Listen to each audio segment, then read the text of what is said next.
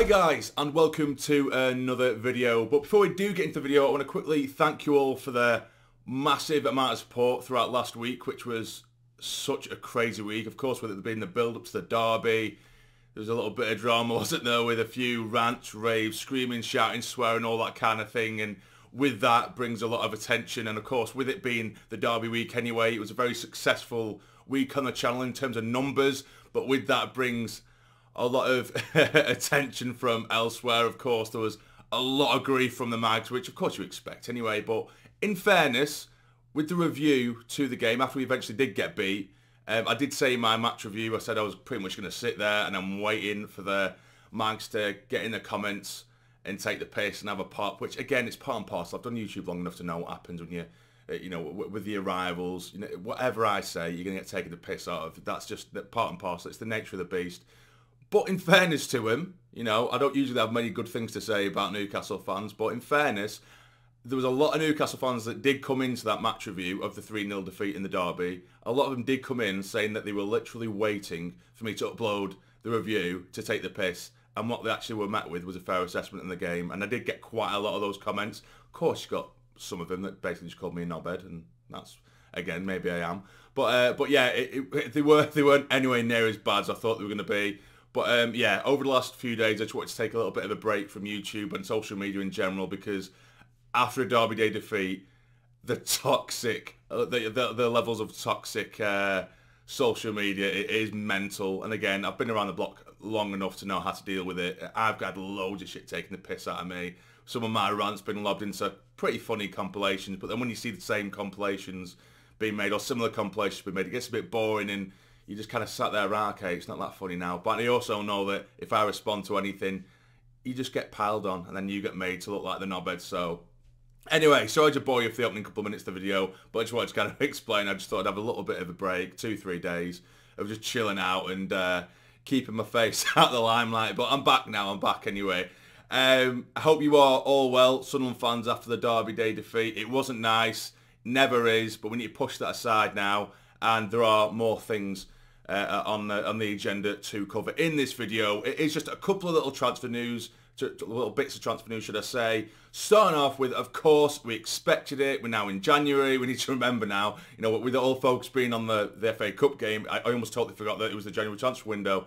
But Jacques Clarke being the key name, of course, which we absolutely expect. I genuinely don't expect him to leave in this window, but it was announced yesterday, I think it was yesterday morning, West Ham have made their interest official in Jacques Clarke, but we are led to believe that Jacques Clarke is just one of a few that West Ham are after. And Sunderland at the moment, according to Sky Sports, do have a stance of, we don't need to sell because he's with us for another couple of years anyway. Contract runs for another couple of years, 2.5 years, whatever it is. We are in no position that we need to sell. However, it has been alluded to that if an offer of over 20-odd million comes in, we might be in a position where we simply cannot refuse that. Now, for me personally, I do value Jacques Clarke anywhere between 25 and 30 million. And I say that because in comparison to previous years when there's been players who have contributed less than Jacques Clarke and actually look like lesser players than Jacques Clarke, they've been purchased by Premier League teams for around that price. And I think Jacques Clarke, I think 25 million for Jacques Clarke right now is excellent. Now, I don't want him to go. And if I was in Jacques Clarke's mind right now, my thought process is, if West Ham come in and Sunderland do accept an offer, I think Jacques Clarke would be happy with that. Because I think he would get an amount of game time, and that kind of team would be decent for him because in the sort of opposite to West Ham, Burnley, this was what I was going to say in contrast, Burnley, who have obviously been touted around Clarke for a long time now, even if they offered 25 million, I don't think Jacques Clarke would want to go. And the only reason I say that, with no disrespect to Burnley, is they look like they're going to get relegated anyway. Jacques Clarke wants to run in the Premier League. He's been there before. He's jumped the guns before to a Premier League move, and it didn't work out for him. He will not want to do that again. He will want to be ready and with a club that are going to play him for one and aren't going to get relegated immediately. I think if he went to Burnley, he would absolutely get game time. But even with Jacques Clarke, I can't see Burnley staying up. So for me, what am I rambling about here? So what I'm rambling and what my point is, I think that he would much rather, and he would favour a West Ham move, because as much as I think West Ham are a decent side, I do think he would actually get game time there. I think they signed, was it Benrahma? I think he might not be getting as much game time. I can't remember, sorry, I forget names. But I think he would get game time at West Ham. He equally would at Burnley.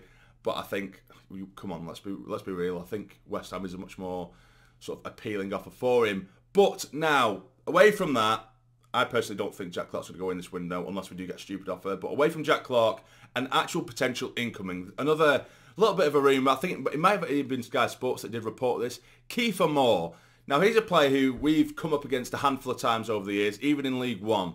I remember when he played for Barnsley, and he was a nightmare. He was an absolute nightmare to play against. Big brick shit house. He's not too bad with his feet either, and he scores goals. I think for the Championship, he would be an outstanding signing. However, signing a 31-year-old goes absolutely against everything this model. I know everyone's sick of hearing the word model, aren't they? Kieffer Moore goes against totally everything about this model.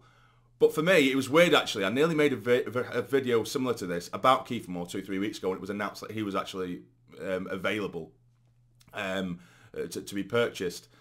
Kieffer Moore, well, I think he guarantees goals, or at least he guarantees that he will offer us more than what we've got now. We've had these 4 young strikers up top who are clearly nowhere near ready. They can contribute somewhat, but they're not contributing goals, which is the key thing for a striker.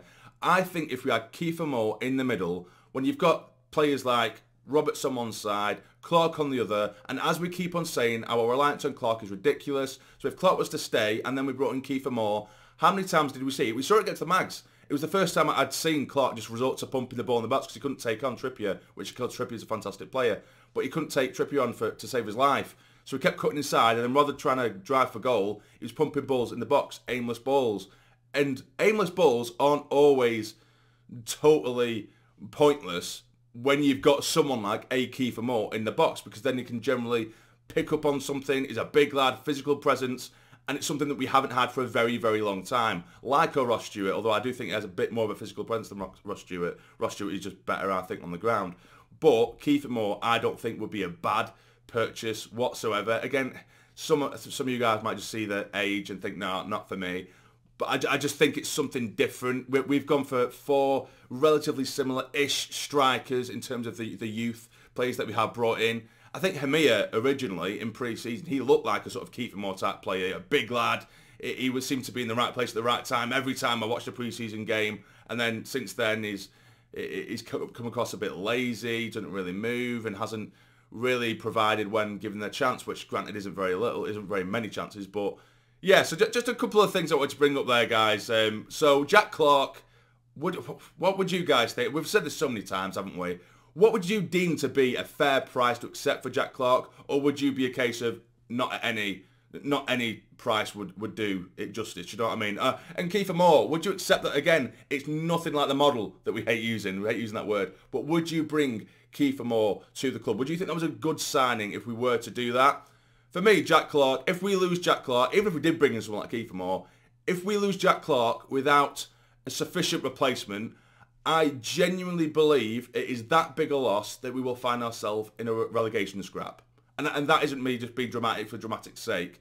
If you look at the amount of goal contributions, and every time Jack Clarke struggles, Sunderland struggle as a whole. So if we were to let him go for, say, 25 million, we would have to, obviously, use that money immediately, and it has to be used correctly. We will never find, for 25 million, if we sell Jack Clarke, we will not find a replacement for Jack Clarke, or sort of like for like, anywhere near as good as him. That won't happen. There isn't another Jack Clarke out there right now. That's the big thing. You might have to spend 10 million on one player who it might be quite about half the player Jack Clarke is, but can still do a job on left-hand side. Then you have another 15 million to maybe buy a striker for 10 million, then maybe a central midfielder for 5 million. So you would have to chop it up a little bit and try and spread the costs across the pitch, because you're not going to find another Jack Clarke at all. That's my sort of qualm with it a little bit. I'd be terrified if we got rid of him. But either way, I've been rambling on far too much here. So what do you guys think? Let me know in the comments down below. If you've enjoyed, hit the like button for me. It'd be massively, massively appreciated. Subscribe to the channel if you're not already to become a fully fledged member of the Sarny Army. But for now, take care and stay jammy.